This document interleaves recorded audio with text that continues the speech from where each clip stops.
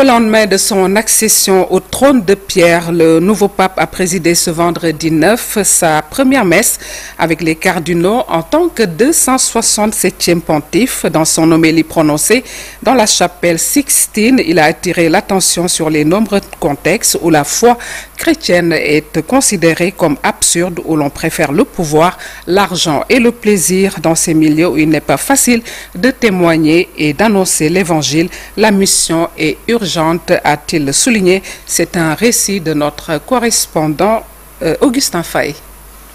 Ce vendredi 9 mai 2025, le pape Léon XIV a célébré sa première messe en tant que souverain pontife dans la chapelle Sixtine, marquant ainsi le début officiel de son pontificat.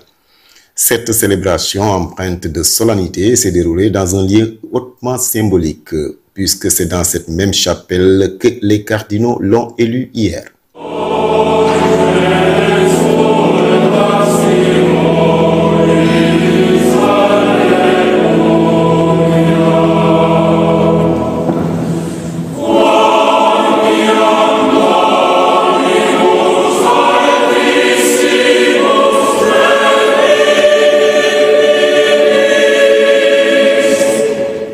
Né à Chicago, Robert Francis Prévost est devenu le 267e pape de l'Église catholique, succédant à François, décédé le 21 avril 2025. Son élection, intervenue lors de la 4e session du conclave, fait de lui le premier Américain à accéder au trône de Saint-Pierre. Lors de son homélie prononcée principalement en italien, Léon XIV a exprimé sa préoccupation face à la perte de foi dans la société contemporaine, où la foi chrétienne est parfois perçue comme absurde ou réservée aux faibles.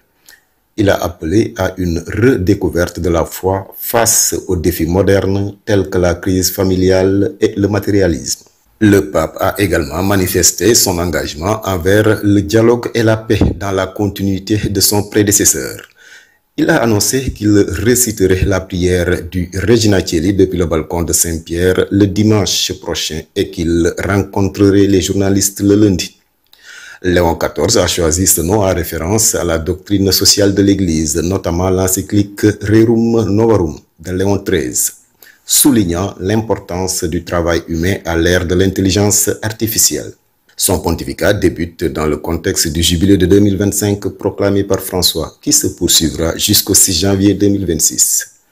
La messe d'inauguration officielle de son pontificat est prévue pour le dimanche 18 mai sur la place Saint-Pierre.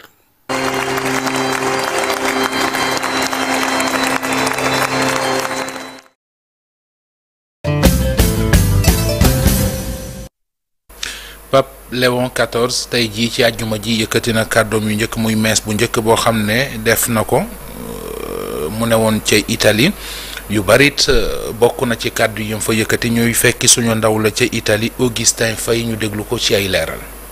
pape bu bees bii di Léon XIV te ñu tabb ko démb gannaaw ndajeb cardinaux ya ko fal jàng na tey ci suba ci aljuma ji meesam gu njëkk te war a tëjit conclave ci biir jàngu bii di chapelle Sixtine ci kanamu mbootaayu cardinaux yi.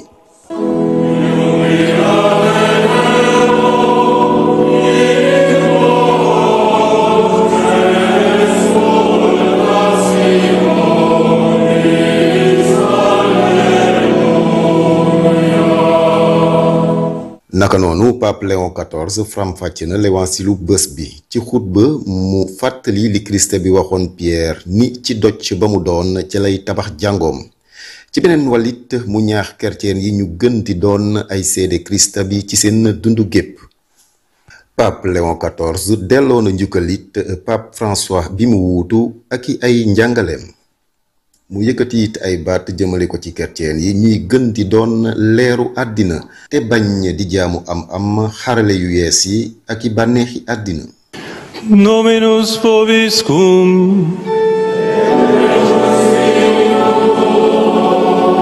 Sit nomen Domini benedictum.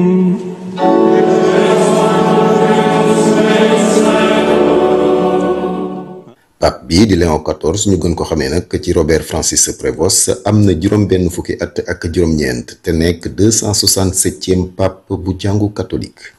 dañoo arrêté suñu travaux yi démb ndax bokk ci mbégte li du ñun rek bari na ay xaritu musulman yi ma envoyé message di ma ndokkeel di boole itam seen ñaan ndax nun li ñu yaakaar ci njiit bi mu doon li nga xam ne yàlla barkel na ko ñooñu maa ngi leen di gërëm bu baax a baax ndeke loolu mooy Sénégal. am naa yaakaar ne pape bu bees bi di Léon XIV dina wëyal dina renforcer dina dooleel taxawaayu église bi ni ko pape François dool doxalee xam nañ ko pape François li ko doon soxaloon bu baax vraiment nekkoon na néew doole yi migrants yi ñi nga xam ne dañoo bàyyi seen réew dem feneen ak itam ñi nga xam ne xëy na sax bokkuñu ci développement bi ñëpp képp ki nga xam ne danga beru wala ñu ber la